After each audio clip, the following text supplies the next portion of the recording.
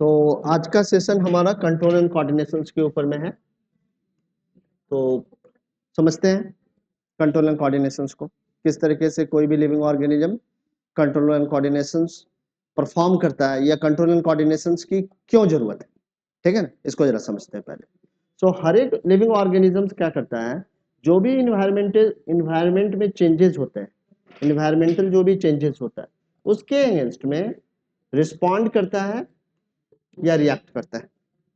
ठीक है ना, बट ये रिस्पॉन्स और रिएक्ट किस तरीके से अचीव हो पाता है या कर पाता है, तो प्रोपर कंट्रोल एंड कोऑर्डिनेशंस के कारण ही ये रिस्पॉन्स या जो प्रॉपर रिएक्शंस है वो जनरेट कर पाता है।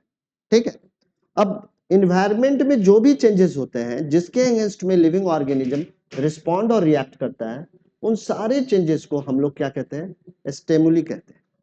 वो सारे चेंजेस जिसके अगेंस्ट में एक लिविंग ऑर्गेनिज्म रिस्पॉन्ड कर रहा है, these kind of changes are known as stimuli. समझ में आया? जैसे कि light, heat, cold, sound, smell, touch, इन सारे जो इन्वायरमेंटल चेंज है इसके अगेंस्ट में आप कोई ना कोई प्रॉपर रिस्पॉन्ड तो करेंगे। अगर लाउड साउंड है तो आप अपने ईयर को क्या कर लोगे, बंद कर लोगे। अगर म्यूजिकल साउंड है तो उसको सुनने का ट्राई करोगे।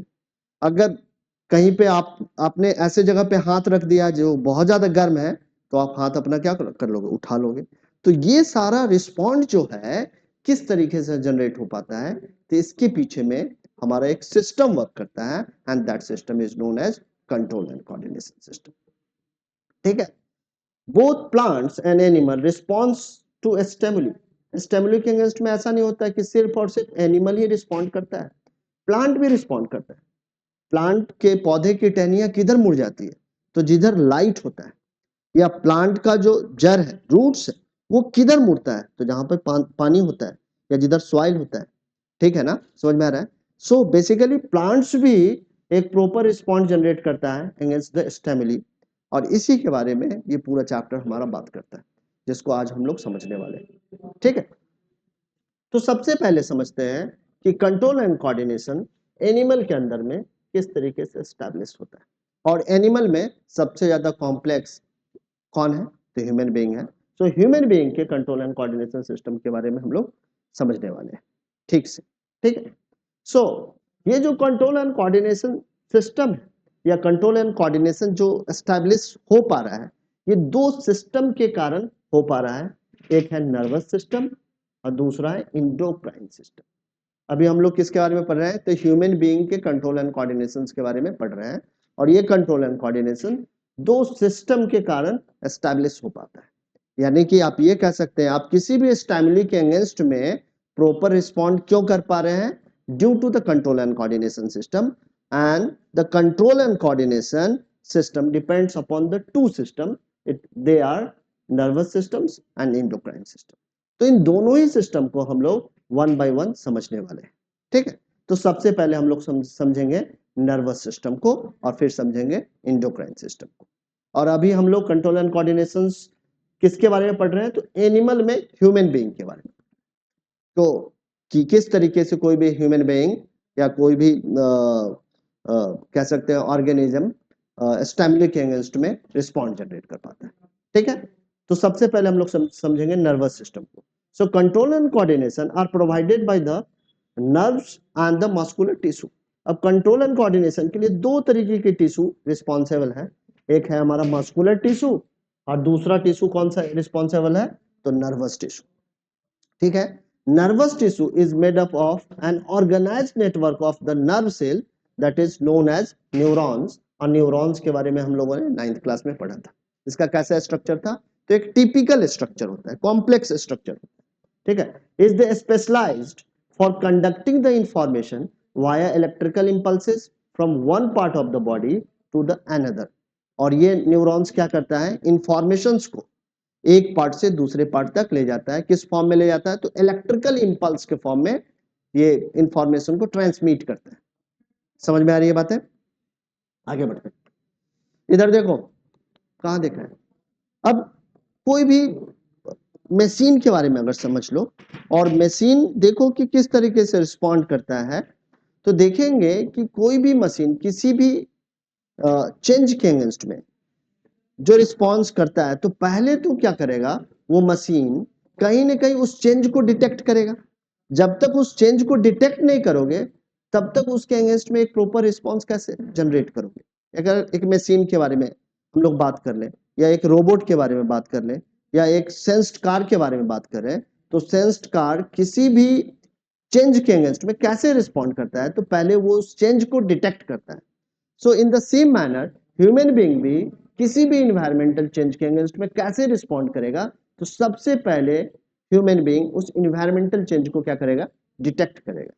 तो इन्वायरमेंटल चेंज को कैसे डिटेक्ट करेगा, तो कहा है यहाँ पे लिखा हुआ है इस प्रेजेंटेशन में कि जितने भी ह्यूमन बीइंग्स होते हैं सब में कुछ रिसेप्टर्स होते हैं, and these receptors gather the information. ये रिसेप्टर्स क्या करते हैं, इंफॉर्मेशन को गैदर करते हैं। सो the receptors are the specialized tips of the some nerve cells that detect the information from the environment. environment में जो भी चेंज हो रहा है या environment में जो भी बदलाव आए हैं उसको कैसे डिटेक्ट करोगे। जब तक उसको डिटेक्ट नहीं करोगे उसके अगेंस्ट में रिस्पॉन्ड कैसे करोगे। मान लो कि यहाँ पे आग लग जाता है और आप लोग क्या करते हो, देखते हो और आग को देख के भाग खड़े होते हो। बट एक बच्चा है जो कि ब्लाइंड है, क्या वो भाग खड़ा होगा, क्योंकि वो इंफॉर्मेशन को डिटेक्ट ही नहीं कर पा रहा है, वो इन्वायरमेंटल चेंज को डिटेक्ट नहीं कर पा रहा है। जैसे वो डिटेक्ट करेगा तो प्रॉपर रिस्पॉन्स करेगा। तो इस इन्वायरमेंटल चेंज को डिटेक्ट कैसे करते हैं, तो रिसेप्टर्स के हेल्प से करते हैं, and these receptors are the specialized tips of neuron. Neuron का क्या होता है, स्पेशलाइज्ड टिप्स होता है। अब ये जो रिसेप्टर्स होते हैं they are located in our sense organ. हमारे सेंस ऑर्गन में ये रिसेप्टर्स लोकेटेड होते हैं। We have the 5 sense organ. हमारे पास कितने सेंस ऑर्गन है, 5 सेंस ऑर्गन है, जिसके थ्रू हम लोग क्या करते हैं, इंफॉर्मेशंस को गैदर करते हैं, या इन्वायरमेंट में जो भी चेंजेस हो रहे हैं, जो भी बदलाव आ रहे हैं, उसको हम लोग समझ पाते हैं। ठीक है, तो पहला जो हमारा सेंस ऑर्गन है इट इज ईयर। ईयर हमारा पहला सेंस ऑर्गन है। ठीक है, तो इस यहाँ पे जो रिसेप्टर्स अवेलेबल है उसको कहते हैं फोनो रिसेप्टर्स, क्योंकि ये साउंड को क्या करता है, डिटेक्ट करता है। ठीक है, और साउंड को डिटेक्ट करने के कारण क्या बॉडी में बैलेंस आ पाता है, साथ में साउंड को आप रिकॉग्नाइज कर पाते हो कि किस तरीके का साउंड है, म्यूजिकल साउंड है या नॉइजी साउंड है। ठीक है, ये चिल्ड्रन का साउंड है या एक एडल्ट का साउंड है, उसकी इंटेंसिटी पकड़ पाते हो। ठीक है, समझ में आ रही है बात। सो बेसिकली ईयर में हमारा कौन सा रिसेप्टर अवेलेबल है, तो फोनो रिसेप्टर्स अवेलेबल है। ठीक है, दूसरा जो हमारा सेंस ऑर्गन है वो आईज है, और यहाँ पे फोटो रिसेप्टर्स होता है जो देखने के काम में आता है, और ये लाइट को क्या करता है, डिटेक्ट करता है। समझ में आई बात। तीसरा हमारा है स्किन।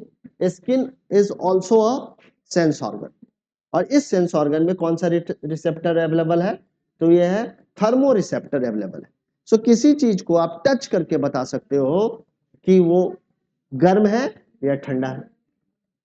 ठीक है, तो स्किन हमारा सराउंडिंग में जब भी टेम्परेचर का चेंज होगा तो इस चेंज को क्या कर लेगा, डिटेक्ट कर लेगा। समझ में आया। सो अभी हम लोगों ने 3 सेंस ऑर्गन के बारे में पढ़ लिया है।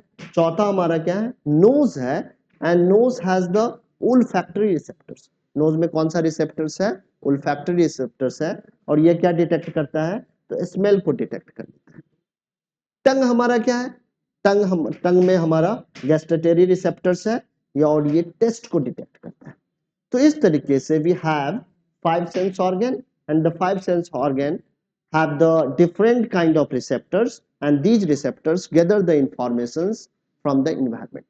ये environment से क्या करता है, information को gather कर लेता है, और इसी information को gather करने के कारण हम लोग एक proper response generate भी कर पाते हैं। So सबसे पहला जो crucial stage है किसी भी स्टिमुलस के अगेंस्ट में proper response generate करने का, वो सबसे crucial stage है कि ठीक से information को gather करना। समझ में आ रहा है। अब एक एग्जाम्पल से हम लोग समझते हैं कि किस तरीके से ये सारे रिसेप्टर्स हमें एक प्रॉपर रिस्पॉन्ड करने में हेल्प करते हैं।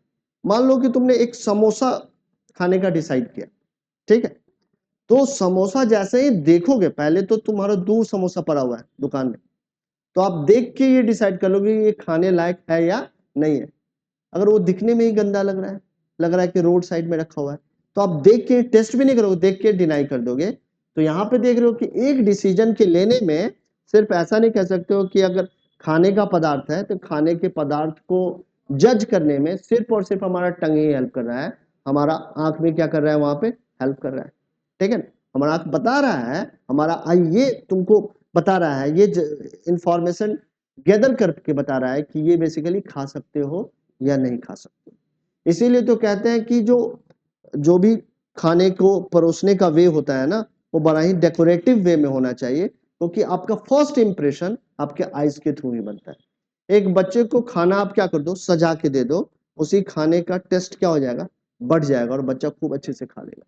बट उसी खाने को अनडेकोर्ड वे में आप दे दो, वो खाने से डिनाई कर देगा। सो बेसिकली हमारा जो आई है ये बता रहा है कि किसी के बारे में इंफॉर्मेशन गैदर करके आपको दे रहे हैं। अब सिर्फ खाने के ड्यूरेशंस में देखना कि ये कितना कॉम्प्लेक्स एक्टिविटी, दिखने में बहुत सिंपल है बट ये बहुत सारा कॉम्प्लेक्स एक्टिविटी है, ये बहुत सारे ऑर्गन्स को एक्टिवेट करता है और इस कारण से आप प्रॉपर एक रिस्पॉन्स जनरेट कर पाते हैं। अब देखो कि समोसा खाने में अच्छा लगा, आपने उसको उठा भी लिया, अब उठाने के बाद क्या वो आप खा लोगे डायरेक्ट? नो, आपका नोज उसके स्मेल को डिटेक्ट करेगा और स्मेल को देखने के बाद आपको लगा कि हाँ इसको खाया जा सकता है, आपके ब्रेन ने एक प्रॉपर रिस्पॉन्स जनरेट कर लिया, हाँ उठा लो। बट उठाते ही उसका बैड स्मेल आया, क्या आप खाने को तैयार हो गए? तो देख रहे हो कि एक रिस्पॉन्स जनरेट करने में डिफरेंट सेंस ऑर्गन इन्वॉल्व है और ये डिफरेंट सेंस ऑर्गन किस तरीके से तुम्हारे रिस्पॉन्स को क्या कर रहे हैं, चेंज कर रहे हैं। अब तुमको स्मेल भी अच्छा लगा, अब क्या करोगे, दिखने में भी अच्छा लगा, स्मेल भी अच्छा लग गया, तो आप डिसाइड करोगे कि अब इसको खाया जा सकता है। अब जब खाओगे अगर स्वादिष्ट लग गया तो खा के उसको खत्म कर दोगे, या नहीं तो पहला बाइट लेके ही थ्रो कर दोगे, क्या कहना टेस्ट अच्छा नहीं। तो बेसिकली सारे सेंस ऑर्गन एक प्रॉपर रिस्पॉन्ड करने में तुम्हें क्या कर रहे हैं, हेल्प कर रहे हैं। समझ में आ रहा है या नहीं आ रहा है? जैसे आप बैठ के अभी सुन रहे हो मेरे लेक्चर्स को, तो इसमें भी आपके सारे सेंस ऑर्गन क्या है, एक्टिवेटेड है, इंफॉर्मेशन को गैदर कर रहे हैं, वो इंफॉर्मेशन ट्रेवल होकर ब्रेन तक जा रहा है, ब्रेन उसको स्टोर कर रहा है। सो बहुत सारा कह सकते हैं ऑर्गन इन्वॉल्व होता है और इस रिस्पॉन्ड को जनरेट, जैसे कि तुम आराम से बैठ के सुन पा रहे हो, तो ये दिस इज योर रिस्पॉन्ड, और इस रिस्पॉन्ड को जनरेट करने में आपके बहुत सारे सेंस ऑर्गन लगे हुए हैं, बहुत सारे न्यूरॉन्स इन्वॉल्व है और आपका ब्रेन इन्वॉल्व है, और इस कारण से एक प्रॉपर रिस्पॉन्ड आप जनरेट कर पा रहे हैं। ठीक है, अब है जो हमारा पूरा नर्वस सिस्टम है, बेसिकली उसका जो सबसे स्मॉलेस्ट यूनिट है वो क्या है, हमारा न्यूरॉन है। हमारा पूरा का पूरा नर्वस सिस्टम किससे बना है, न्यूरॉन से बना है। Neuron is the smallest unit, ठीक है। So neuron it is the structural and functional unit of nervous system. Nervous system का ये क्या है, फंक्शनल यूनिट है और स्ट्रक्चरल यूनिट भी है। अब पूरे न्यूरॉन को समझते हैं। अब न्यूरॉन का जो स्ट्रक्चर देखोगे तो it has the typical type of structure. आप इसको एक पर्टिकुलर नेम नहीं दे सकते हो कि डम्बेल है या स्पिंडल है या स्फेरिकल है, ठीक है ना। तो कह दिया है कि ये टिपिकल स्ट्रक्चर है। अब इसके स्ट्रक्चर को थोड़ा सा हम लोग हाँ हाँ हाँ हाँ स्टार शेप तो यहां तक है ना, इसके बाद हाँ विथ अ टेल, हाँ ठीक है कह लो star shape with a tail कहा जा सकता है। बट इसका एक पर्टिकुलर आप ज्योमेट्री नहीं असाइन कर सकते हो कि इसी ज्योमेट्री का है, कि वाइडल है या स्पिंडल है, ऐसा नहीं कह सकते। तो कहा कि it has a typical type of structure, ठीक है। न्यूरॉन का स्ट्रक्चर टिपिकल है, बट इंफॉर्मेशन को गैदर करने के लिए और इंफॉर्मेशन को ट्रांसमिट करने के लिए इसका स्ट्रक्चर बहुत ज्यादा सुटेबल, क्योंकि इसका जो स्ट्रक्चर है ये देख लो नेटवर्क लाइक स्ट्रक्चर है, और नेटवर्क लाइक स्ट्रक्चर इंफॉर्मेशन को गैदर करने के लिए सबसे बेस्ट होता है कि नहीं होता है। साथ में चूंकि यहाँ पे इंफॉर्मेशन ट्रेवल करना है तो एक देख रहे हो वायर लाइक भी स्ट्रक्चर है कि नहीं। सो हम लोग न्यूरॉन के बारे में पहले समझते हैं। तो न्यूरॉन के शुरुआत में देखोगे there are thread like structure and this thread like structure is known as dendrite, and dendrite is the special tips where the information is gathered, जहां पे इंफॉर्मेशन क्या होता है, गैदर्ड हो पाता है, ठीक है। सो एक्वायर्स इंफॉर्मेशन, डेंड्राइट क्या करता है, इंफॉर्मेशन एक्वायर करता है, बट किस फॉर्म में एक्वायर करता है, तो केमिकल के फॉर्म में एक्वायर करता है, केमिकल चेंज के फॉर्म में एक्वायर करता है। अगर मैं साउंड जनरेट कर रहा हूं ना, तो इस साउंड के कारण आपकी ईयर्स के जो ऑडिटरी सेंस ऑर्गन है या ऑडिटरी कह सकते हैं न्यूरॉन है, उसके सराउंडिंग में कुछ ना कुछ केमिकल का चेंज आएगा और इस केमिकल के चेंज को वो डिटेक्ट कर लेगा। So basically dendrite gathered the information in the form of chemical impulse or you can say it is a chemical change। ठीक है, तो केमिकल चेंज के फॉर्म में डेंड्राइट इंफॉर्मेशन को गैदर कर लेता है। ठीक है, अब गैदर तो कर लिया, बट जो इंफॉर्मेशन का ट्रेवलिंग है, जो इंफॉर्मेशन ट्रेवल करना स्टार्ट करेगा, तो केमिकल इंफॉर्मेशन के फॉर्म में नहीं ये ट्रेवल करेगा या केमिकल चेंज के फॉर्म में नहीं करेगा, ये इलेक्ट्रिकल इंपल्स के फॉर्म में इंफॉर्मेशन ट्रेवल करेगा। क्योंकि केमिकल इंपल्स के फॉर्म में अगर इंफॉर्मेशन ट्रेवल करता है then it will take time, तो ये क्या ले लेगा, टाइम ले लेगा। ठीक है, समझ में आ रही है बात। और वही इलेक्ट्रिकल इंपल्स के फॉर्म में अगर इंफॉर्मेशन ट्रेवल करे then it can move very fast, ये बहुत तेजी से मूव कर सकता है। सो पहले इंफॉर्मेशन गैदर्ड होता है आपके केमिकल इंपल्स के फॉर्म में, and after that it converted into electrical impulse and transmitted from one neuron to the another neuron। और यहां से न्यूरॉन के बॉडी से होके, सेल बॉडी से होके, ये एक्सॉन से होके एक्सॉन टर्मिनल तक आ पाता है। बट ये जो मूवमेंट है, इस मूवमेंट में जब इंफॉर्मेशन यहां से ट्रेवल करता हुआ यहां तक आ रहा है, इस मूवमेंट में आपका बेसिकली जो ट्रेवलिंग हो रहा है इंफॉर्मेशन का, it is in the form of electrical impulse, so that it can move very fast, yes, ताकि ये बहुत तेजी से क्या कर सके, मूव कर सके। समझ में आ रहे हैं। अब यहीं पे क्या होगा, जहां पे आपका नर्व एंडिंग है, इस नर्व एंडिंग पे आपके दूसरे न्यूरॉन का ये डेंड्राइट होगा। मान लो कि इधर दूसरा न्यूरॉन है, इसका ये डेंड्राइट है, फिर से इसके नर्व एंडिंग से जो इंफॉर्मेशन गैदर्ड होगा डेंड्राइट के ऊपर में, ये फिर से केमिकल इंपल्स के फॉर्म में होगा। और जब भी इंफॉर्मेशन ट्रेवल करेगा then it will travel in the form of the electrical impulse, electrical impulse के फॉर्म में फिर से इंफॉर्मेशन ट्रेवल करेगा। तो जब कभी भी किसी भी न्यूरॉन के डेंड्राइट पे इंफॉर्मेशन गैदर होगा, it will be gathered in the form of the chemical impulse, and whenever information travel inside the neuron it travels only in the form of electrical impulse। समझ में आया। अब जो ये location है जहां पे एक न्यूरॉन का नर्व एंडिंग है या कह सकते हैं एक्सॉन टर्मिनल है और दूसरे न्यूरॉन का डेंड्राइट है, that location, that junction is known as synapse तरीके से फंक्शन करता है। और इसी फंक्शंस के कारण पूरा का पूरा नर्व सिस्टम हमारा इंफॉर्मेशन को क्या कर पाता है, ट्रांसमिट कर पाता है from one part of the body to the another part of the body. समझ में आई बात है या नहीं आ रही है। ठीक है, अब है रिफ्लेक्स एक्शन के बारे में पढ़ना है। अब क्या है कि अलग अलग तरीके से हम लोग रिस्पॉन्ड जनरेट करते हैं। अगर रिस्पॉन्ड को हम लोग कैटेगराइज करना चाहें then we can categorize the respond in the three way. तीन तरीके से हम लोग रिस्पॉन्ड जनरेट करते हैं। एक तो होता है वॉलेंट्री रिस्पॉन्स, एक क्या है, वॉलेंट्री रिस्पॉन्स, ठीक है, या कह सकते हैं वॉलेंट्री एक्शंस, जिसमें हमारा मसल्स इन्वॉल्व होता है या कह सकते हैं वॉलेंट्री मसल्स इन्वॉल्व होता है अपने विल के अकॉर्डिंग, जैसे चलना, उठना, बैठना, ये सारे क्या है, वॉलेंट्री एक्शंस हैं। आपका गाना गाना क्या है, किस तरीके का एक्शन है, वॉलेंट्री एक्शंस है या नहीं है। ठीक है, वही कार्डियक मूवमेंट वॉलेंट्री है कि इनवॉलेंट्री है, इनवॉलेंट्री है, we can not guide it. हम लोग कह सकते हैं थोड़ा सा स्लो चल लो यार, थक गया हूं मैं, नहीं, या भागते रहोगे और तब भी कहोगे अपने हार्ट को यार स्लोली पंप करो, ऐसा हो सकता है क्या, नहीं हो सकता है। हमारा जो गट में मूवमेंट है ये क्या है, इनवॉलेंट्री है। हमारे पल्स का मूवमेंट क्या है, इनवॉलेंट्री है। तो these kind of movement is known as involuntary. तो ये जो एक्शंस हम लोग परफॉर्म कर रहे हैं इसमें भी हमारा नर्वस सिस्टम इन्वॉल्व होगा। कुछ वॉलेंट्री एक्शन होंगे और कुछ एक्शन को हम लोग कहते हैं रिफ्लेक्स एक्शन। रिफ्लेक्स एक्शन क्या है, सडन एंड क्विक एक्शन है। बट इस सडन एंड क्विक एक्शन की जरूरत ही क्यों पड़ती है, कभी कभी सडनली आप क्या करते हो, कुछ ऐसा एक्शंस करते हो जिसमें ब्रेन इन्वॉल्व भी नहीं हो पाता है, बट ये एक्शंस बहुत जरूरी होता है आपके बॉडी को हार्म से बचाने के लिए। कैसे? आपने गर्म तवे पे हाथ रख दिया, अब इस गर्म तवे पे जैसे ही आप हाथ रखोगे ना तो आपका हाथ एकदम से उठ जाएगा, ठीक है? तो ये जो रिस्पॉन्ड है जिसमें आपका ब्रेन भी इन्वॉल्व नहीं होगा, ठीक है, ये जो रिस्पॉन्ड है that response is known as reflex action, ठीक है? ये जो एक्शन है ये क्या कहलाएगा? रिफ्लेक्स एक्शन, जिसमें ब्रेन इन्वॉल्व नहीं होता है, क्योंकि ब्रेन का इन्वॉल्वमेंट जहां पर भी होगा वहां पे थिंकिंग इन्वॉल्व हो जाएगा, और थिंकिंग एक क्या है? कॉम्प्लेक्स एक्टिविटी है, जैसे सोच समझ के काम करना एक कॉम्प्लेक्स एक्टिविटी है and it will take time. But emergency situations में अगर आपका बॉडी रिफ्लेक्सली एक्ट नहीं करे तो आपको बहुत ज्यादा क्या हो जाएगा?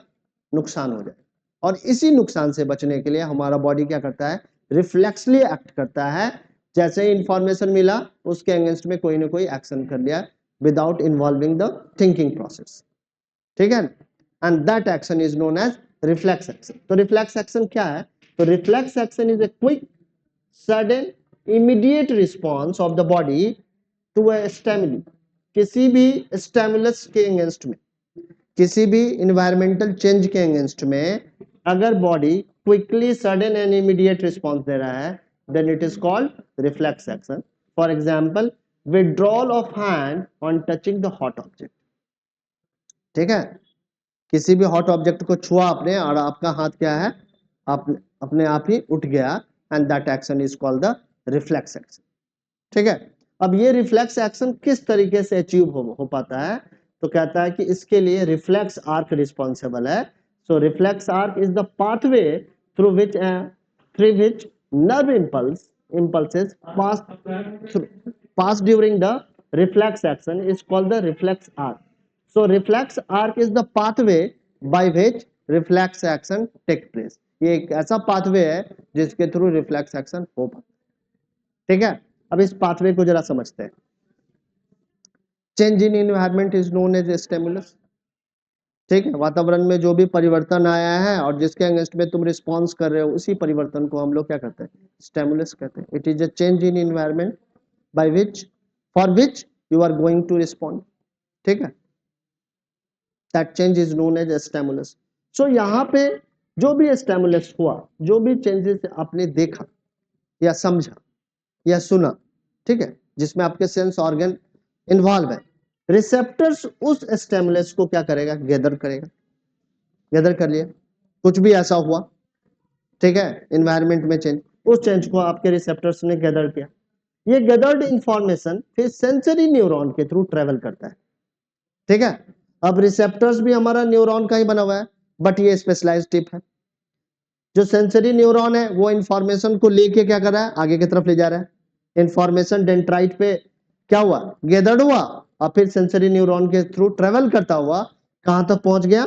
तो हमारा इंटर न्यूरॉन इन स्पाइनल कॉर्ड, स्पाइनल कॉर्ड के अंदर वाले न्यूरॉन तक पहुंचा। हमारा स्पाइनल कॉर्ड क्या कर सकते हैं? बहुत ही इंपॉर्टेंट कंपोनेंट है या बहुत ही इंपॉर्टेंट ऑर्गन है हमारे बॉडी का, है या नहीं? क्योंकि यही एक ऐसा ऑर्गन है जो ब्रेन के साथ कनेक्टेड है।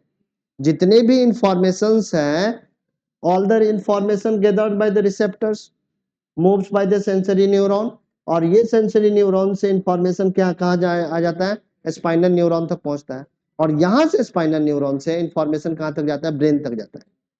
बट रिफ्लेक्स एक्शन में ऐसा नहीं हो। ये जो हमारा इंफॉर्मेशंस है, मान लो कि गर्म तवा को आपने छुआ और आपका स्किन क्या किया? इस हीट को डिटेक्ट किया, और ये इंफॉर्मेशन नर्व सेल के थ्रू स्पाइनल न्यूरॉन तक पहुंचा, और यही इंफॉर्मेशन फिर मोटर न्यूरॉन तक चला जाएगा। किस न्यूरॉन तक जाएगा? मोटर न्यूरॉन तक। और मोटर न्यूरॉन किससे जुड़ा होता है?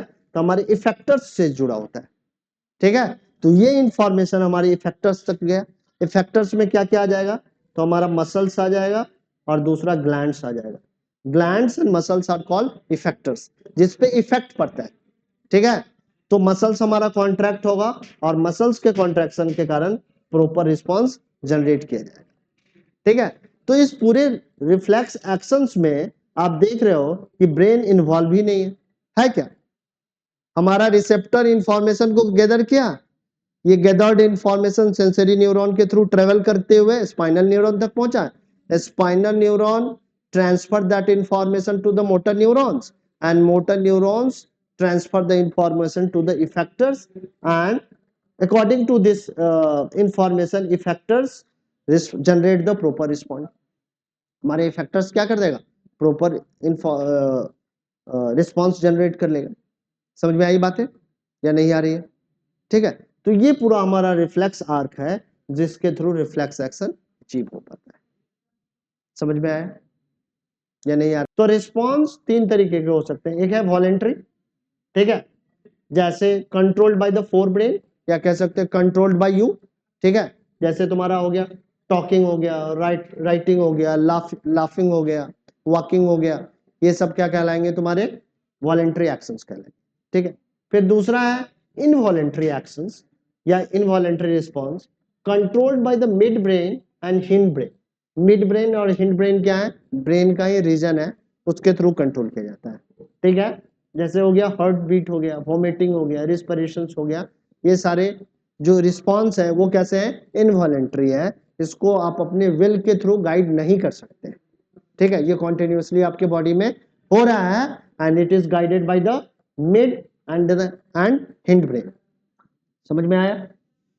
तीसरा है हमारा reflex action and reflex action controlled by the spinal cord. ये तुम्हारे स्पाइनल कॉर्ड के थ्रू कंट्रोल किया जाता है, जिसके बारे में अभी हम लोगों ने पढ़ा। ठीक है, जैसे withdrawal of hand on touching the hot object. ठीक है, अब need of reflex action, reflex action की जरूरत क्यों पड़ी? हमारा दो तरीके का रिस्पॉन्ड तो था ही, voluntary involuntary, but reflex action की क्यों जरूरत है या रिफ्लेक्स रिस्पॉन्ड की क्यों जरूरत है? तो in some situations such as touching a hot object, pinching, we need to act quickly, otherwise our body would be harmed. Here response is generated from the spinal cord instead of brain, so it will take less time to generate the response. ठीक है ना? So किसी कहीं कहीं पे किसी किसी situations में we have to act reflexly, हमें क्या करना पड़ता है, रिफ्लेक्सली एक्ट करना पड़ता है। अगर हमारा बॉडी रिफ्लेक्सली एक्ट नहीं करेगा तो हमें बहुत सारा हार्म हो जाएगा, हमारा बहुत सारा हाथ जल सकता है। ठीक है, समझ में आ रही है बात?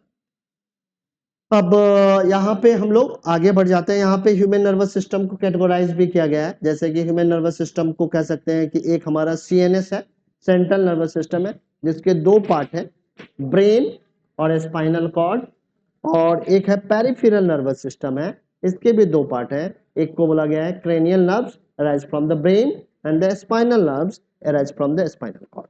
ठीक है, सो बेसिकली ये दो कह सकते हैं, सीएनएस है, सीपीयू है हमारे बॉडी के, और ये पेरिफेरल्स हैं जो सीपीयू के साथ कनेक्ट करते हैं। ठीक है, जो गैदर्ड इंफॉर्मेशन होता है वो इसी पेरिफेरल नर्वस सिस्टम के थ्रू गैदर्ड होता है, या रिस्पॉन्स को प्रॉपर ऑर्गन तक पहुंचाया जाता है। और ब्रेन और स्पाइनल कॉर्ड हमारा मेन नर्वस सिस्टम है जिसके थ्रू हम लोग रिस्पॉन्स जनरेट करते हैं। ठीक है, समझ में आ रही है बात? आगे बढ़े या रुके वाले हैं?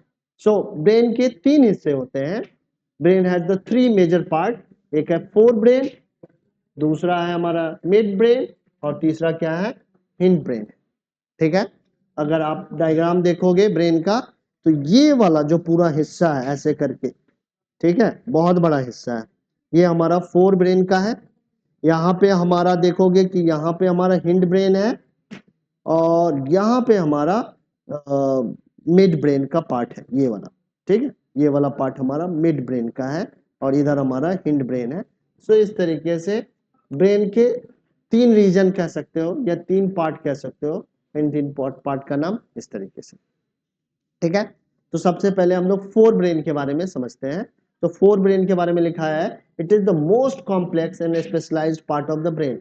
ये ब्रेन का सबसे ज्यादा कॉम्प्लेक्स और स्पेशलाइज्ड पार्ट है।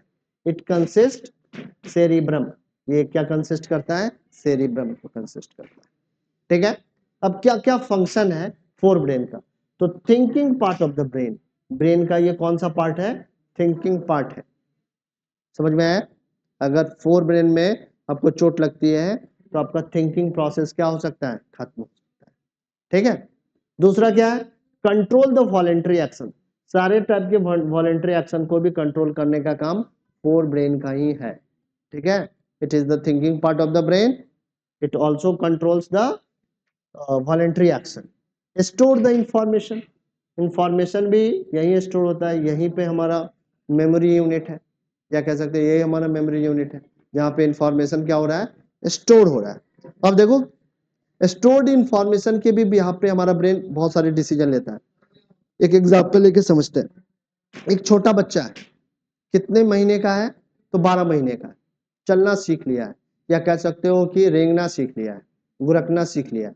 अब क्या है, उस बच्चे ने फर्स्ट टाइम कैंडल देखा, आपको फर्स्ट टाइम कैंडल दिखाऊं तो क्या आप कैसा, फर्स्ट टाइम नहीं, अगर आपको कैंडल दिखाऊं तो आप क्या रिस्पॉन्स करोगे, दूर से देखोगे, टच तो नहीं करोगे, ठीक है ना, तो हाँ ठीक है। बट वो छोटा सा बच्चा जो जिसने फर्स्ट टाइम अपने लाइफ में कैंडल देखा है, वो उसके पास जाएगा और उसके फ्लेम को जरूर टच करने का ट्राई करेगा, और जैसे ही टच करने का ट्राई करेगा उसका हाथ क्या हो जाएगा, जल जाएगा, और फिर ये इंफॉर्मेशन स्टोर हो जाएगा उसके ब्रेन में, और अगले बार से जब भी कैंडल वो जलता हुआ देखेगा उसे दूर ही कर देगा। तो इस तरीके से ब्रेन ने क्या किया, एक एक्टिविटी से अपने आप को ट्रेंड किया, उसको मेमोरीज में रखा, और जब कभी भी इस तरीके का सिचुएशन अकर होता है तो उसी मेमोरी के भी यहाँ पे वो एक्शंस लेता है। ठीक है, एक बार किसी को एक सांप ने काट लिया, कितने भी आप इंश्योर करो कि नहीं काटेगा नहीं काटेगा, वो डर से उसके पास जाएगा। बट एक बच्चे को पहली बार सांप को देखा और उसने प्यार से उससे खेलना शुरू कर दिया, तो उसको लगेगा कि ये इतना डेंजरस एनिमल नहीं है। ये सब कुछ आपके मेमोरी पे डिपेंड करता है। ठीक है, किस तरीके के मेमोरी से आप गुजरे हैं, किस तरीके का इंफॉर्मेशन आपके back of the brain store है। अगर अच्छा इंफॉर्मेशन स्टोर है तो आप यानी कि उस सिचुएशंस के लिए अच्छा रिस्पॉन्ड करेंगे।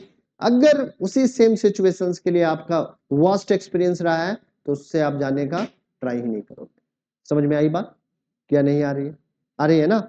ठीक है, मेरा बेटा इसी तरीके से छू दिया था, फर्स्ट टाइम उसने देखा, और हम लोग हमेशा पकड़ लेते थे उसको, दिया हुआ कुछ छूने का वो ट्राई करता था। एक दिन हम लोग की नजर नहीं पड़ी और जाके छू दिया, उसका हाथ जल गया। फिर उसने पहला लेसन ले लिया, भैया छूना नहीं है। फिर छोड़ देते थे आराम से कैंडल, एक दिन चेक किया कैंडल जला दिया, हम लोग छिप गए, देखा क्या, अरे वाह नहीं छू रहा है, वाह ट्रेंड हो गया इसका ब्रेन। ठीक है, सो बेसिकली जो हमारा मेमोरी है, जो हमारा इंफॉर्मेशन स्टोर होता है वो 4 ब्रेन में ही होता है। Receive the sensory impulse from the various part of the body and integrate it। ठीक है, बहुत सारे इंफॉर्मेशन को ये क्या करता है, गैदर करता है, और 4 ब्रेन में जाके ये सारा इंफॉर्मेशन इंटीग्रेट होता है, क्योंकि इंफॉर्मेशन का इंटीग्रेट होना बहुत जरूरी है एक प्रॉपर रिस्पॉन्स के लिए। ठीक है, जैसे कि मैंने समोसा वाला एग्जाम्पल दिया था ना, उसमें कितना सारा इंफॉर्मेशन जा रहा है। एक इंफॉर्मेशन जा रहा है कि दिखने में ठीक है, दूसरा इंफॉर्मेशन गया है कि इसका स्मेल भी ठीक है, तीसरा इंफॉर्मेशन गया है इसका टेस्ट भी ठीक है, और इस तीनों इंफॉर्मेशन को जब इंटीग्रेट करेंगे तो एक प्रॉपर रिस्पॉन्स जनरेट होगा कि इसको खाया जा सकता है, और तुम खा गए फिर। ठीक है ना। हाँ हाँ, ये सारे 4 ब्रेन है, इसमें थिंकिंग इन्वॉल्व होता है। अगर अगर किसी बच्चे का इनिशियल स्टेज में ये 4 ब्रेन डेवलप नहीं होता है तो बच्चे को खूब पढ़वा दो, याद ही नहीं होगा। धीरे धीरे हमारा 4 ब्रेन डेवलप होता है, तो धीरे धीरे हम लोग बुक का थिकनेस बढ़ाते जाते हैं कि बच्चा हाँ सोच लेगा, समझ लेगा, कर लेगा। ठीक है ना। या किसी को 4 ब्रेन में चोट लग जाएगा, चीजें याद ही नहीं रहती है। मैंने एक ऐसे पेशेंट से मिला था जिसका शॉर्ट टर्म मेमोरी था, यानी 5 मिनट में भूल जा रहा है। हाई किया, हेलो किया, आपके से नाम पूछा और फिर से पूछता था, पापा ये कौन है, बताया था ना। तो इस तरीके का ये हो रहा है, 4 ब्रेन में अगर चोट लग जाए तो मेमोरी का लॉस हो सकता है। ठीक है, क्योंकि मेमोरी किसी भी डिसीजन को लेने के लिए एक इंपॉर्टेंट पार्ट प्ले करती है। ठीक है, तो इंफॉर्मेशन का इंटीग्रेशन भी कहाँ पे हो रहा है, 4 ब्रेन में ही हो रहा है। और centre associated with the hunger, यहाँ से 4 ब्रेन से ही आपका भूख का भी लगना पता चलता है। एक इंसान को अगर ब्रेन में चोट लग जाता है ना तो उसकी भूख भी मर जाती है, उसको टाइम पे फीडिंग देना पड़ता है, वो कभी आपको बोलेगा नहीं कि मेरे को भूख लगा है। शरीर को न्यूट्रिशंस की जरूरत है, बट इसका एहसास उसके पास नहीं है। कितने को देखोगे 4 ब्रेन में चोट लग जाएगा, उसकी पलकें खुली रहती है ना, ऐसे सोया हुआ है बट उसकी पलकें बंद नहीं हो रही है।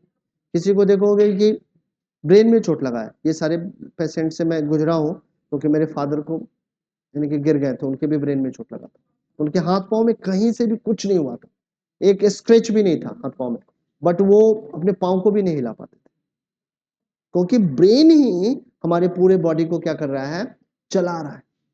यही कंट्रोल एंड कोऑर्डिनेशन के कारण आप सोच पा रहे हैं, आप बैठ पा रहे हैं, आप लिख पा रहे हैं। आपका कंट्रोल एंड कोऑर्डिनेशन अगर पुअर हो जाए तो आप कप को पिक नहीं कर पाएंगे। कप आपका यहाँ रखा हुआ है, आप देखोगे कि एक बूढ़ा आदमी यहाँ ले जाता है अपने हाथ को। पेन यहाँ रखा हुआ, आप पेन को प्रिसाइसली पिक नहीं कर पाएंगे। ये सारा आपका ब्रेन जो है बहुत ही बड़ा रोल प्ले कर रहा है आपके डे टू डे लाइफ में। ठीक है, आपकी जिंदगी को खूबसूरत बनाने की रिस्पॉन्सिबिलिटी ब्रेन की। जिंदगी तो चल जाएगी, मैं आपको फीडिंग दे दूं, मैं आपको टाइम पे हर एक चीज करवा दूं तो जिंदगी चलेगी, बट जिंदगी की जो खूबसूरती है इसी ब्रेन के कारण। आप प्रॉपर रिस्पॉन्ड जनरेट कर पा रहे हैं, आप खुश हो पा रहे हैं। एक छोटे से बच्चे को देख के आप प्यार से भर जा रहे हैं, और इसका कारण आपका ब्रेन है। क्योंकि इंफॉर्मेशन गैदर्ड हुआ, इंफॉर्मेशन ट्रेवल होकर ब्रेन तक गया, ब्रेन ने ग्लैंड को इंफॉर्मेशन दिया कि भैया ऐसे हार्मोन्स का सेक्रेशन करो या सिंथेसाइजेशन करो जो आपको प्यार से भर दे, और आप प्यार से भर जाते। सब कुछ केमिकल है। आपके एंगर के भी पीछे का कारण एक केमिकल ही है। ठीक है, सो आपने एक ऐसा कुछ भी देखा जिससे आपके मन में क्या गया, डर आ गया, और उस डर के कारण ब्रेन ने ग्लैंड्स को ऐसे ही केमिकल सिंथेसाइज करने को बोला। ठीक है ना। सो बेसिकली हमारा जो सेल है वैसे वैसे केमिकल को सिंथेसाइज कर सकता है जैसा जैसा ब्रेन इंस्ट्रक्शंस देगा। एक मैंने आपको एग्जांपल भी दिया था ना, स्नेक वाला एग्जांपल दिया था, एक प्लेसिबो इफेक्ट के बारे में बताया था। ठीक है ना, कि दो कैटेगराइजेशन किया, दोनों को कफ एंड कोल्ड था, एक को सिर्फ और सिर्फ सिंपल सॉल्ट का कैप्सूल्स दे दिया, दूसरे को क्या दिया कि प्रॉपर मेडिकेशंस दिया, मगर दोनों का रिकवरी टाइम मोर और लेस एक ही था। क्योंकि हमने वहां पे ब्रेन को ये एहसास दिलवाया कि आपको मेडिकेशंस दिया जा रहा है, और ब्रेन ने फिर हमारे बॉडी में वैसे ही केमिकल सेक्रेट किए जिस केमिकल से आप ठीक हो पाए। ठीक है, सो ब्रेन बहुत बड़ा कह सकते हैं कि रोल प्ले करता है हमारे लाइफ को अपग्रेड करने में और डिग्रेडेट करने में। ठीक है, आप इसीलिए कहते हैं थॉट प्रोसेस कैसा होना चाहिए, तो साउंड होना चाहिए। इसीलिए तो बोला गया मेडिटेशन करना चाहिए। आप ब्रेन से जितना साउंड है आपका एक्शन उतना ही क्या होगा, परफेक्ट होगा। आप जितने ही कमजोर ब्रेन से होंगे उतना आपका कह सकते हैं कि रिस्पॉन्स सही नहीं होगा। इसीलिए बोला गया है कि ब्रेन को हेल्दी रखना, इसको ठीक से फंक्शनल बना के रखना, ये बहुत जरूरी है। इसलिए कहा जाता है कि इलेक्ट्रॉनिक गैजेट से दूर रहो, नेचर फ्रेंडली बनो, नेचर को देखो, उसके पोटेंसी को क्या करो, समझने का ट्राई करो, माउंटेन को देखो, रिवर को देखो जाके, फिर पता चलेगा कि नेचर की कितनी पोटेंसी है। फिर सेल्फ आप अपने आप को रिकॉग्नाइज कर पाओगे, पहचान पाओगे, और समझ ये पाओगे कि तुम में भी स्ट्रेंथ बहुत ज्यादा है। हाँ हाँ हाँ, कौन सी? हाँ हाँ, देखा। हाँ, मरने का नहीं मन करे, आप बंद कमरे में रहोगे। हाँ हाँ, आप देखो, आप बने हुए कैसे हो, आपको आर्टिफिशियली बनाया नहीं गया है ना, आप ऑर्गेनिकली बने हो। आप किसी के थॉट का आप कॉन्सिक्वेंस। ठीक है ना, तो आप कैसे आप खुश रहोगे आर्टिफिशियल चीजों से ज्यादा खुश? आपको 10 मोबाइल दे दे, एक बहुत सारा गैजेट्स दे दे, बहुत सारा पैसा दे दे, खुश नहीं हो सकते हो। हाँ, आप सर्विसेज ले सकते हो, आपके पास सुविधाएं आ सकती है, मगर हैप्पीनेस कब कब मिलेगा, जब आप लोगों से मिलोगे अपने जैसे। अब अनिका और सारा को एक दूसरे के साथ मन क्यों लगता है? लगता है तो लगता है, या नहीं लगता है तो नहीं लगता है इसमें। बट वो जो खुशी है एक इंसान का दूसरे इंसान से मिलने का जो खुशी है, वो कंपनसेट नहीं कर सकता एक गैजेट।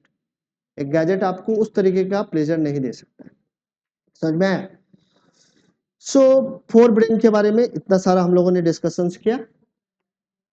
अभी हमारे पास कितना टाइम है? तो अभी है थोड़ा सा, सर के ऊपर जाएगा। तो आज हम लोग फोर ब्रेन पे ही स्टॉप करते हैं अपने डिस्कशंस को, और कल के ड्यूरेशंस में फिर हम लोग मिड ब्रेन, हिंड ब्रेन, और फिर अगले टॉपिक को भी डिस्कस करेंगे। तो आज का सेशन हम लोग यहीं पे स्टॉप करते हैं, फिर से मिलेंगे कल के सेशन में। तो नेक्स्ट वाले स्लाइड्स पे मूव करते हैं, और नेक्स्ट वाली स्लाइड पे हमें मिड ब्रेन के बारे में पढ़ना है। So mid brain control the involuntary action, जैसा कि पहले ही हमने पढ़ा था, जहाँ पे हम लोग ने इनवॉलेंट्री रिस्पॉन्स के बारे में पढ़ा था, वहां पे हमने पढ़ा था कि जो हमारा मिड ब्रेन और हिंड ब्रेन है ये इनवॉलेंट्री एक्शंस के लिए रिस्पॉन्सिबल होता है। सो अभी हम लोग देखेंगे कि मिड ब्रेन कौन कौन से इनवॉलेंट्री एक्शंस के लिए रिस्पॉन्सिबल है। तो मिड ब्रेन हमारे change in people size, people की जो साइज होती है ये मिड ब्रेन इसको कंट्रोल करता है। जैसे कि आप डार्क रूम में जाते हो तो पीपल का साइज क्या होता है, बड़ा हो जाता है, ठीक है ना, जहाँ से लाइट क्या करती है, इंटर करती है। और जैसे ही आप जाते हो ऐसा जगह जहाँ पे ब्राइटर है लाइट, तो वहाँ पे आपके पीपल का साइज क्या हो जाता है, छोटा हो जाता है। सो पीपल के साइज को कंट्रोल हमारा ब्रेन का मिड ब्रेन वाला जो पार्ट है वो करता है। और हेड, नेक और ट्रंक के जितने भी रिफ्लेक्स एक्शन होते हैं it is also controlled by the mid brain. समझ में आया? तो मिड ब्रेन का ये फंक्शन है। अब देखा जाए तो हिंड ब्रेन के बारे में जब आप पढ़ोगे तो ये पाओगे कि हिंड ब्रेन के 3 पार्ट होते हैं। एक हमारा सेरिबेलम है, दूसरा हमारा मेडुला है और तीसरा पोन्स है। और इन तीनों पार्ट के अलग अलग फंक्शंस हैं, या कह सकते हो कि अलग अलग टाइप के रिस्पॉन्स को ये कंट्रोल करता है। तो सबसे पहले हम लोग सेरिबेलम के बारे में करते हैं। तो सेरिबेलम हमारे पोस्चर और बैलेंस के लिए रिस्पॉन्सिबल है।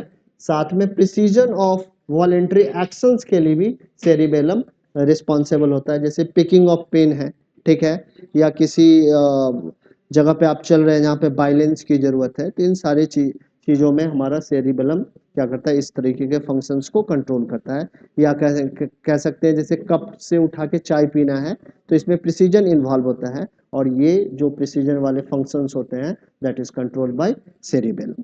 समझ में आई बात? So posture or balance and precision of voluntary actions are guided by the cerebellum. Medulla का क्या फंक्शन है? तो medulla controls the involuntary action. But किस टाइप के इनवॉलेंट्री एक्शंस को ये कंट्रोल करता है? तो ब्लड प्रेशर को कंट्रोल करता है, स्लाइवेशंस को कंट्रोल करता है, वॉमिटिंग को कंट्रोल करता है। तो इन सारे फंक्शंस के को कंट्रोल करने का काम मेडुला का है, ठीक है। ऐसे जैसे कि मुंह में सलाइवा आ रहा है तो कैसे कंट्रोल होगा, कितना सैचुरेट होना चाहिए, ठीक है। तो ये सारे फंक्शंस किसके थ्रू होते हैं? मेडुला के थ्रू होते हैं। पोन्स किसके लिए रिस्पॉन्सिबल है? तो pons is responsible for the regulation of respiration. Respirations को रेगुलेट करने के लिए पोन्स रिस्पॉन्सिबल है। तो इस तरीके से आपको ब्रेन के डिफरेंट पार्ट के फंक्शन को ठीक से याद कर लेना है, क्योंकि यहाँ से क्वेश्चन जरूर ही पूछा जाएगा आपके बोर्ड में, ठीक है। तो इस प्रेजेंटेशन को एक बार आपको लिख भी लेना है, और अगर पॉसिबल हो, अगर आपको लग रहा है कि इंटरेस्टिंग है, तो इसके वीडियो लेक्चर को भी आप लोग एक बार सुन सकते हो, क्योंकि इसमें टर्म्स बेसिकली मेमोराइज करने वाले इंफॉर्मेशन है। ऐसा इंफॉर्मेशन नहीं है जहाँ पे बहुत सारा लॉजिक इन्वॉल्व है, ठीक है। यहाँ पे अगर पोन्स का ये फंक्शन है तो है, ठीक है ना, और इस फंक्शंस को आपको अगर याद है तो पोन्स का अगर या मेडुला का या हिंड ब्रेन का फंक्शन पूछा जाएगा तो आप लिख लोगे, ठीक है। तो आगे बढ़े। तो इस तरीके से हम लोगों ने ब्रेन के बारे में पढ़ लिया है। अब protection of brain and spinal cord के बारे में पढ़ना है। So brain is protected by a fluid filled balloon which act as a shock absorber and enclosed in the cranium. एक स्कल बोनी एक बॉक्स होता है, इसके अंदर में हमारा ब्रेन होता है, और इस बॉक्स के थोड़ा सा कह सकते हैं एक लेयर और भी होता है, बेसिकली उसमें फ्लूइड भरा होता है। इस फ्लूइड का नाम है सेरिब्रो स्पाइनल फ्लूइड, ठीक है ना। ये बेसिकली शॉक एब्जॉर्बर के जैसा एक्ट करता है। पहला देखो, ये ब्रेन है हमारा, और ये समझ लो हमारा जो स्कल है वो इस तरीके का है। तो हमारे स्कल के साथ डायरेक्टली हमारा ब्रेन जो है वो इंटरेक्ट नहीं करता रहता है, इसके बीच में एक फ्लूइड बड़ा होता है, and that fluid is known as cerebro spinal fluid. So ये सेरिब्रो स्पाइनल फ्लूइड जब भी जर्क पहुंचेगा तो ये फ्लूइड उस शॉक को हमारे delicate part of the brain तक नहीं जाने देगा, उसको ऑब्जर्व कर लेगा।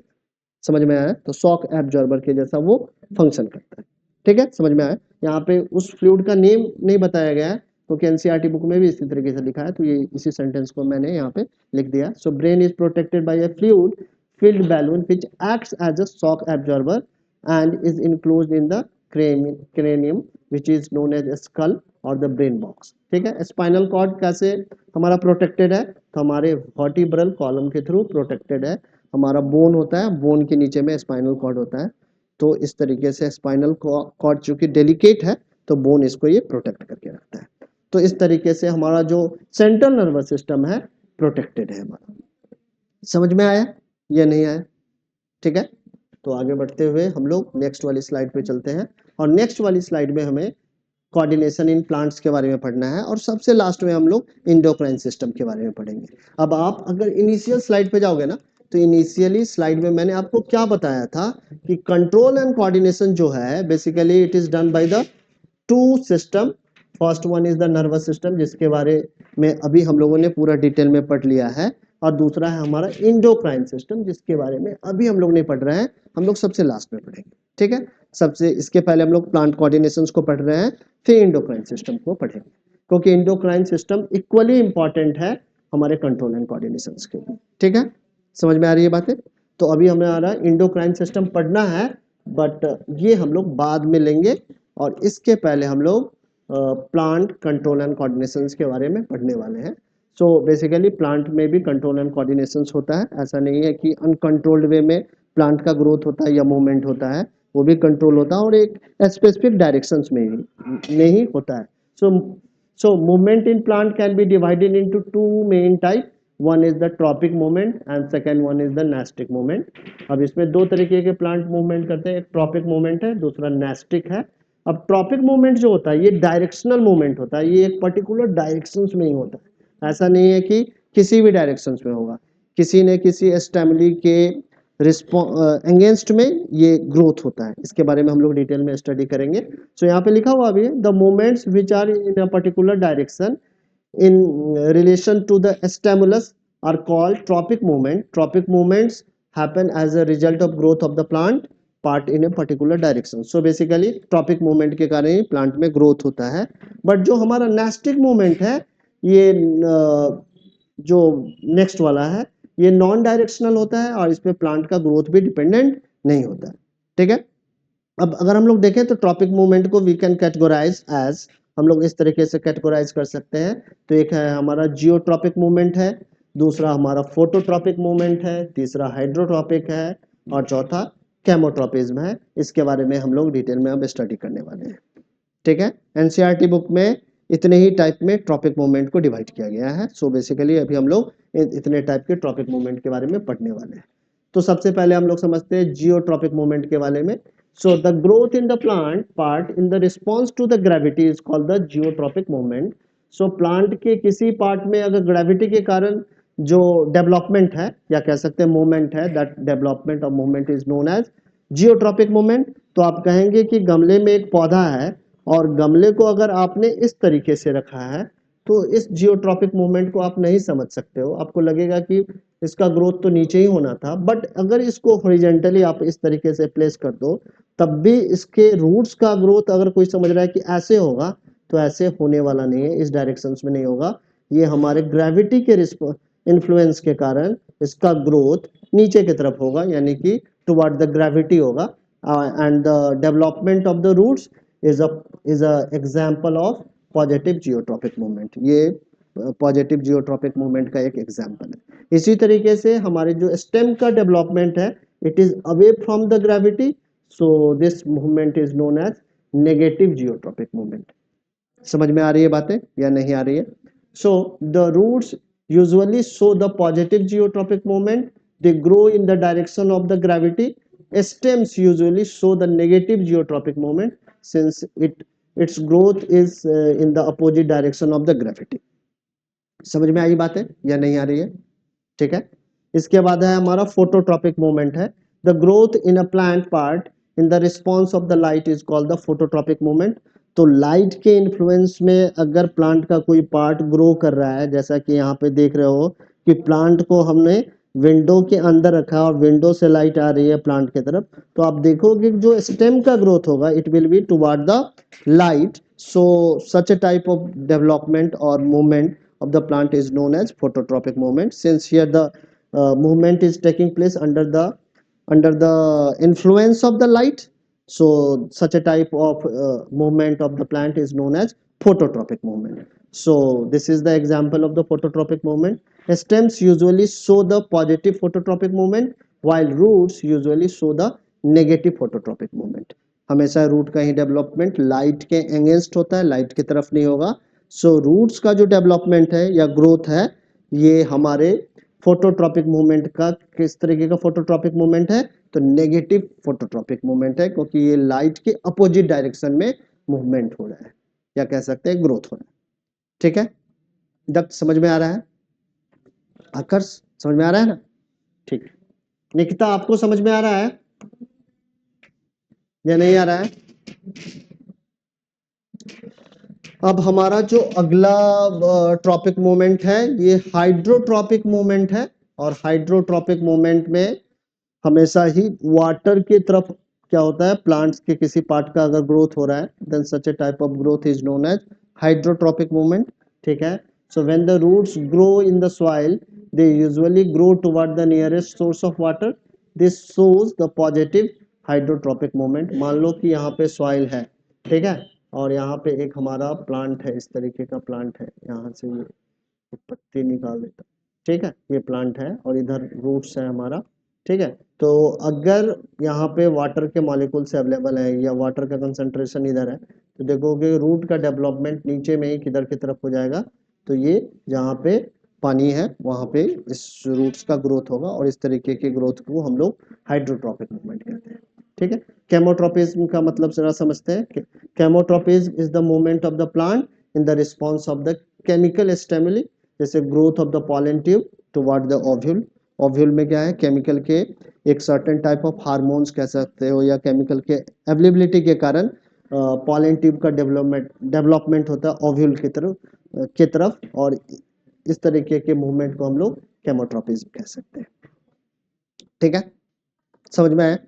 किसी भी बच्चे को अगर ट्रॉपिक मूवमेंट में, किसी भी ट्रॉपिक मूवमेंट में जियोट्रोपिज्म हो, चाहे फोटोट्रोपिज्म हो या हाइड्रोट्रोपिज्म हो या केमोट्रोपिज्म, इस सब में अगर कहीं पर भी डाउट है तो अपने अपने डाउट पुट अप कर सकते हैं। या चीजें समझ में आ गई तो आगे बढ़ेंगे। फिर से पढ़ो इसको एक बार, एनसीईआरटी बुक के गो थ्रू जाओ, कहीं पर भी डाउट आ रहा है तो फिर से पूछ लो। ठीक है, आगे बढ़े। समझ में आ रहा है या नहीं आ रहा है? हाँ बताओ, रिस्पॉन्स करो।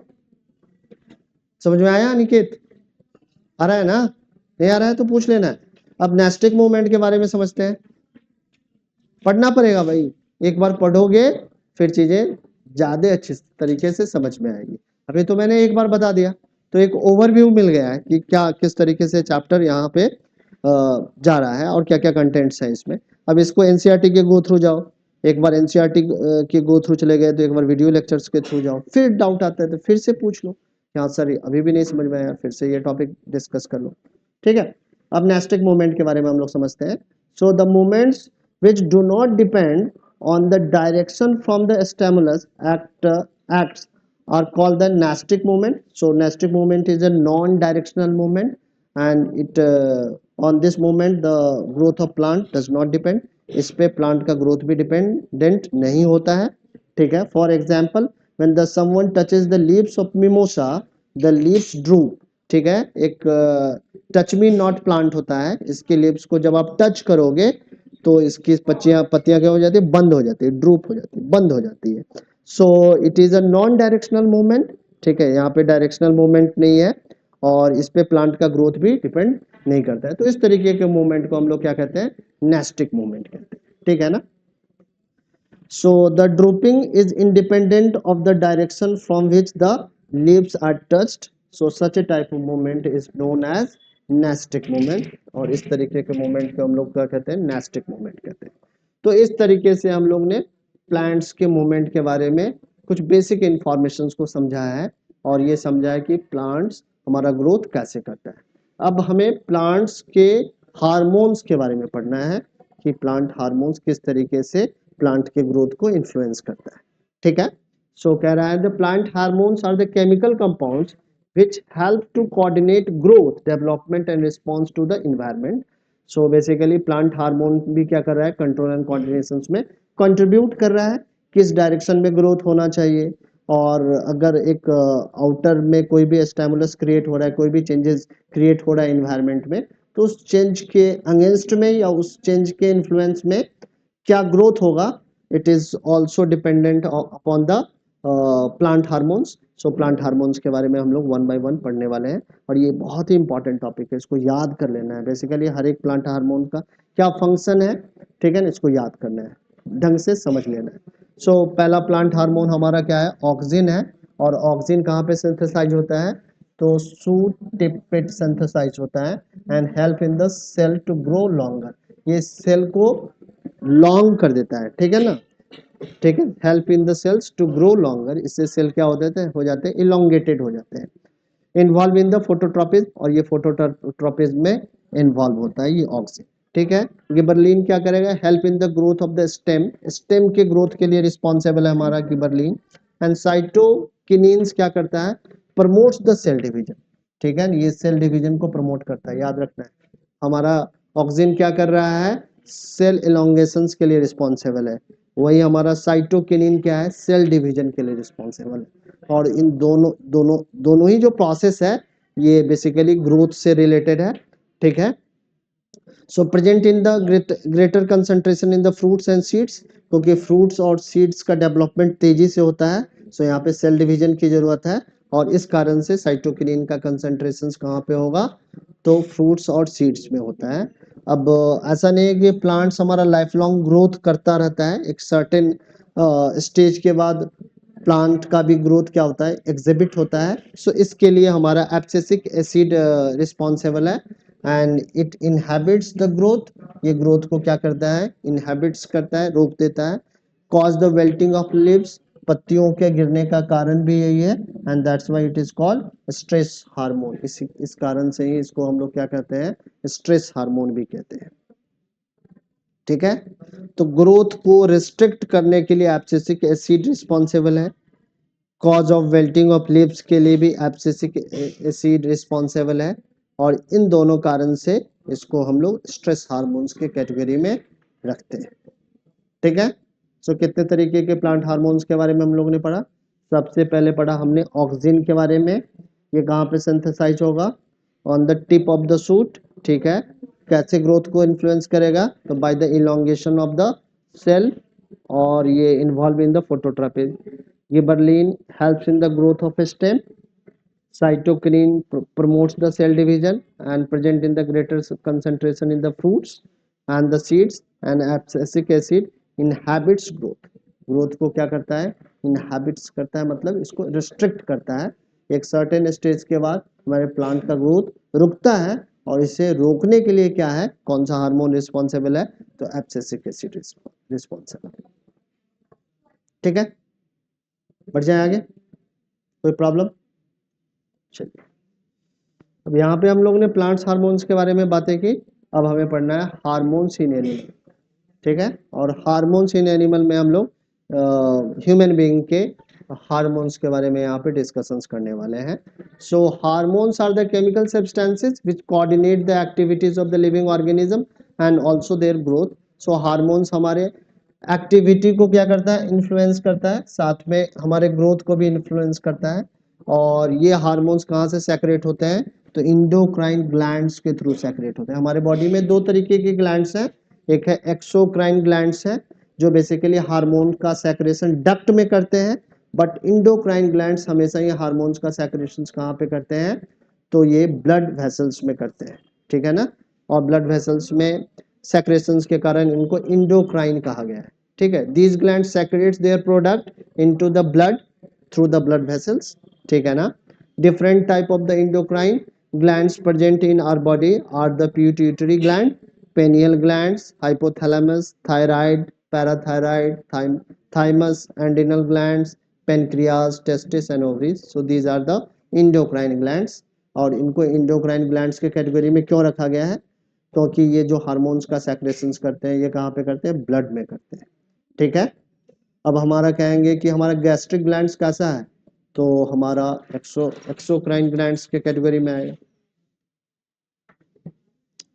ठीक है।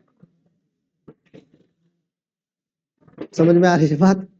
और हमारा जो लीवर भी है ये भी एक्सोक्राइन की कैटेगरी में ही आएगा, क्योंकि लीवर में से जो भी बाइल जूस सेक्रेट होता है गॉल ब्लैडर में इकट्ठा होता है, और वहां से डक्ट के से होते हुए स्मॉल इंटेस्टाइन में इसका सेक्रेशन होता है।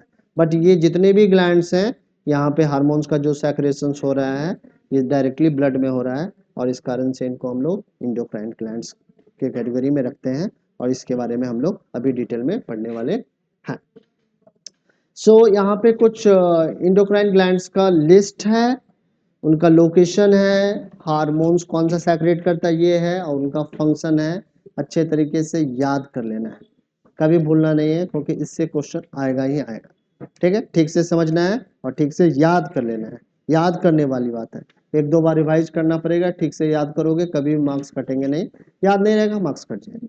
ठीक है, सो देखते हैं पहला हमारा पिट्यूटरी ग्लैंड्स के बारे में देखते हैं। तो पिट्यूटरी ग्लैंड्स का लोकेशन क्या है, ब्रेन में है हमारे। ठीक है, समझ में आ गया। कौन सा हार्मोन सेक्रेट करता है, तो ग्रोथ हार्मोन सेक्रेट करता है। और ये हार्मोन क्या करता है, regulates the growth and control the functions of the endocrine gland, और इंडोक्राइन ग्लैंड्स के फंक्शन को भी कंट्रोल करता है, that's why it is called master gland. इसीलिए जो दूसरा हमारा ग्लैंड है ये थायराइड ग्लैंड है। इसका लोकेशन क्या है, थ्रोट है, यहाँ पे होता है एग्जैक्टली। ठीक है, इसका शेप कैसा होता है, तितली के जैसा होता है। ठीक है, बटरफ्लाई के शेप का होता है ये। ठीक है, क्या सेक्रेट करता है, तो थायरोक्सिन करके हार्मोन सेक्रेट करता है। और ये थायरोक्सिन क्या कंट्रोल करता है, तो कंट्रोल द मेटाबॉलिज्म रेट, ये हमारे मेटाबॉलिज्म रेट को कंट्रोल करता है। It also bring about the balance growth, और ये बैलेंस ग्रोथ के लिए भी रिस्पॉन्सिबल है। ठीक है, याद करना है, याद करना है, मेहनत करना पड़ेगा। ठीक है, पैराथायराइड अभी हम लोग कट कर रहे हैं यहाँ पे। ठीक है, एंड्रिनल ग्लैंड्स के बारे में पढ़ते हैं। ठीक, एंड्रिनल ग्लैंड्स कहाँ पे अवेलेबल है, कहीं पर भी अवेलेबिलिटी मत बता देना, कहाँ पे अवेलेबल है, तो अटैच टू द किडनी, दोनों किडनी में ये अटैच होता है। क्या सेक्रेट करता है, तो एंड्रेलिन सेक्रेट करता है। और इमरजेंसी सिचुएशंस के लिए हमें, हमारी बॉडी को ये क्या करता है, प्रिपेयर करता है। जब भी भागना हो, पेनक्रियाज कहाँ पे है, सारे बच्चों को मालूम है, एब्डोमेन में अवेलेबल है। ये दो तरीके के हार्मोन्स को सेक्रेट करता है। एक तो हमारा ऐसा हार्मोन सेक्रेट करता है जो प्रोटीन और फैट के डाइजेशन के लिए रिस्पॉन्सिबल है। क्योंकि हम लोग इंडोक्राइन सेक्शन में इसको पढ़ रहे हैं, तो उन दोनों सेक्रेशंस के बारे में नहीं पढ़ेंगे, हम लोग अभी इंसुलिन के बारे में पढ़ेंगे। इंसुलिन का डायरेक्टली सेक्रेशंस कहाँ पे होगा, तो ब्लड में होता है। और ये क्या करता है, तो ग्लूकोज के लेवल को कंट्रोल करता है, ग्लूकोज के लेवल को कम भी नहीं होने देता है और ज़्यादा भी नहीं होने देता है। जब ग्लूकोज का लेवल कम होता है तो इंसुलिन का सेक्रेशन कम रहेगा, और जैसे ही ग्लूकोज का लेवल क्या है, ज़्यादा होगा, तो इंसुलिन का सेक्रेशन भी ज़्यादा होगा। और जितना ब्लड में इंसुलिन कह रहे हैं सॉरी, शुगर का लेवल होना चाहिए, उसको ये मेंटेन रख लेगा। इस यहाँ पे एक फीडबैक मैकेनिज्म होता है, और फीडबैक मैकेनिज्म के हेल्प से इंसुलिन का सेक्रेशन बैलेंस हो पाता है, और इस कारण से हमारे ब्लड के अंदर में ग्लूकोज का भी लेवल बैलेंस हो पाता है। समझ में आ गई। अब हमारा जो ये जो लास्ट है टेस्टिस है, टेस्टिस हमारा ग्लैंड है, ये स्कॉटम में है। क्या करता है, टेस्टोस्टेरोन सेक्रेट करता है, and it is responsible for the growth and development of the male reproductive system. Male reproductive system के ग्रोथ के लिए ये रिस्पॉन्सिबल है। ठीक है, इसी तरीके से फीमेल के लिए ओवरीज ग्लैंड है, एंड ये लोअर एब्डोमेन में अवेलेबल होता है। यहाँ से एस्ट्रोजन एंड प्रोजेस्टेरोन करके हार्मोन सेक्रेट होता है, और ये दोनों ही hormones control the growth and development of the female reproductive system के लिए रिस्पॉन्सिबल है। तो इस तरीके से अभी ब्रेक लेंगे। इस तरीके से पूरा हमारा इंडोक्राइन सिस्टम कवर हो गया है, और पूरा ये चैप्टर भी कवर हो गया है। बट यहाँ पे ये है कि ये चैप्टर कवर हो जाने का मतलब नहीं है कि आपने भी चैप्टर को अच्छे से कर लिया है। यहाँ पे बहुत सारे एफर्ट्स लगाना पड़ेगा, क्योंकि बहुत सारी चीजें क्या है, मेमोराइज करने के लिए। हाँ, ग्रुप पे ये भेज दूंगा बिल्कुल। ठीक है, प्रेजेंटेशन ग्रुप पे शेयर कर दूंगा। बट एक बार एनसीईआरटी की बुक के गो थ्रू जाना ही जाना है, साथ में इस प्रेजेंटेशन को एक बार पढ़ना ही पढ़ना है। अगर किसी बच्चे को फिर भी लग रहा है कि चीज़ें नहीं याद हो रही है, तो वीडियो लेक्चर्स वगैरह सुन के इसको ठीक से कवर कर लेना है। चाहो तो इसका एक समरी नोट्स भी बना सकते हो, पिन पॉइंट करके क्या क्या चीज़ें हैं, ब्रेन का क्या क्या रीजन है, हर एक रीजन का क्या फंक्शन है, इस तरीके का एक फ्लो चार्ट बना के इसको याद रखना ज़्यादा बेटर हो।